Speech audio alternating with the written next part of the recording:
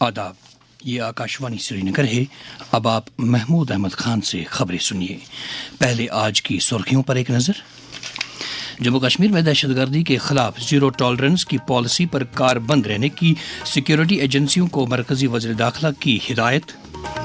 وزیر اعلیٰ عمر عبداللہ ارکان اسمبلی اور ضلع ترقیاتی کونسلوں کے سربراہوں سے بجٹ سے پہلے کی مشاورت میں مصروف۔ پردیش بی جے پی کے سینئر لیڈروں نے کلگام میں مہلوک سابق فوجی کے اہل خانہ کی بندھائی ڈھارس۔